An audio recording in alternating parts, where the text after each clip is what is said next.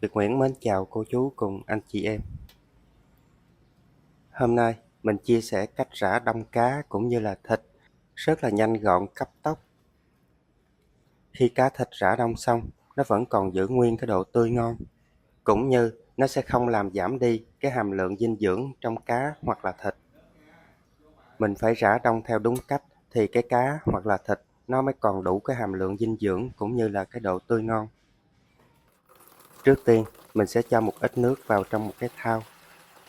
Cái lượng nước ít hay nhiều là cũng tùy thuộc vào cái lượng cá mà mình muốn rã đông. Mình sẽ sử dụng 2 lít nước và bây giờ mình sẽ cho vô đây 2 muỗng canh muối hạt. Tiếp theo mình sẽ sử dụng giấm trắng.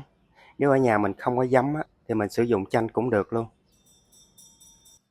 Mình sẽ cho vô cái lượng nước này khoảng 50ml giấm.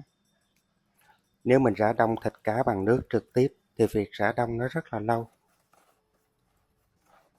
Khi mình sử dụng giấm để rã đông, axit trong giấm sẽ làm giảm điểm đóng băng của nước. Nó sẽ giúp cho việc rã đông thịt cá của mình sẽ được cấp tốc nhanh hơn. Bây giờ mình sẽ cho cá vô ngâm. Anh chị mình ngâm khoảng 10 phút là cái cá này nó sẽ rã đông và nó cũng sẽ giữ lại cái độ tươi ngon giống như là mình mới mua cá ngoài chợ mang về. Nếu mình muốn cái con cá nó không bị tanh anh chị mình sẽ cho vô đây 1 muỗng cà phê bột baking soda. Nhưng mà anh chị mình lưu ý là khi mình rã đông cá rồi, mình làm cá, mình mới rửa bằng cái bột baking soda thì nó sẽ hiệu quả hơn. Cái con cá mình rã đông được 10 phút rồi. Bây giờ mình sẽ lấy lên để anh chị mình xem nha. Con cá nó dẻo quẹo luôn, nó tươi rói giống như là con cá mình mới mua ở ngoài chợ mang về. Bây giờ mình sẽ đi làm sạch con cá này. Việt Nguyễn cũng không có quay video lúc mà đi làm cá nha. Và lúc đầu mình cũng có nói nếu mình muốn con cá nó không bị tanh thì trong quá trình mình làm mình sẽ rửa bằng bột baking soda, con cá nó sẽ không bị tanh nữa.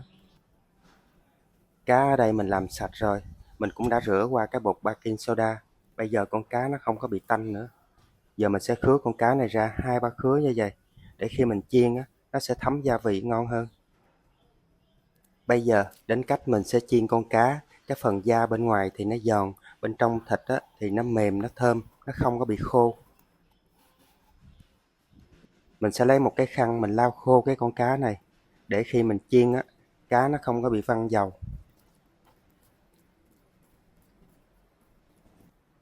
Mình sẽ rắc lên con cá này một ít muối. Nếu mình thích thì mình chấm nước mắm ngọt. Nếu mình không thích thì mình ăn với cơm, nó cũng sẽ đậm đà. Để con cá của mình khi chiên nó được vàng và giòn ở bên ngoài, mình sẽ sử dụng một ít bột chiên giòn. Anh chị em mình có thể dùng bột chiên giòn hoặc là bột mì thì cũng đều được nha. Khi mình áo con cá qua một cái lớp bột ở bên ngoài như vậy, cái vỏ bên ngoài thì nó sẽ rất là giòn, mà cái phần thịt ở bên trong nó sẽ không có bị khô do bị mất nước. Khi mình dùng, cái độ tươi ngọt của cá nó vẫn còn giữ nguyên nên nó sẽ rất là ngon. Mình cũng có thể cho cái bột chiên giòn vô cái rây. Mình rây như vậy nè, cái phần bột nó sẽ rắc được đều lên con cá hơn. Nó không có bị chỗ ít, chỗ nhiều bột. Con cá nó sẽ được đồng đều hết. Để con cá của mình khi chiên không có bị dính chảo. Nếu mình ở nhà sử dụng chảo nhôm anh chị em mình sẽ lấy một ít muối. Mình lấy 2 ngón tay nè, chúm mình rắc đều hết dưới cái đáy chảo. Giờ mình sẽ cho vô chảo một ít dầu. Mình sử dụng dầu ít thôi, cũng không cần nhiều đâu. Mình nghiêng cái chảo qua để cái lượng dầu nó tráng hết cái thành chảo. Lát nữa mình có chiên nó cũng không có bị dính. Giờ dầu nó nóng rồi, mình cho cá vô mình chiên luôn. Con cá này nó hơi bị dài, mà Việt Nguyễn sử dụng cái chảo nhỏ quá.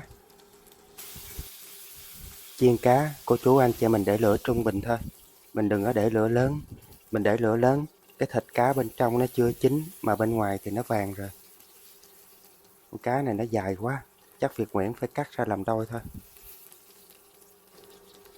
Hồi lúc đầu thì tính để nguyên một con luôn, chiên lên để cho nó đẹp.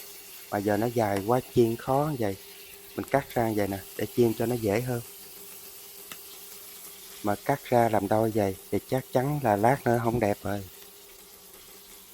Để con cá của mình nó được thơm mình chiên nó gần vàng rồi, anh chị em mình cho vô đây một ít tỏi.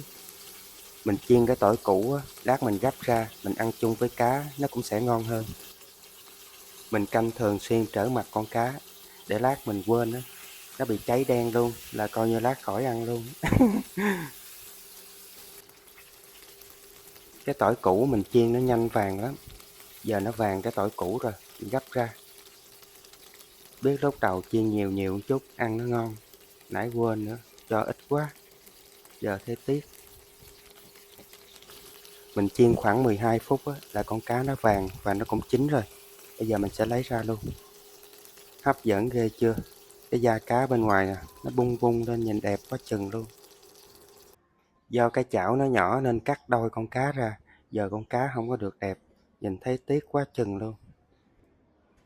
Việt Nguyễn mời cô chú cùng anh chị em mình dùng cá chiên với Việt Nguyễn nghe. Cái phần da cá bên ngoài thì nó giòn, cái phần thịt ở bên trong nó dẻ, nó dai, nhìn mọng nước luôn, ngon ghê chưa?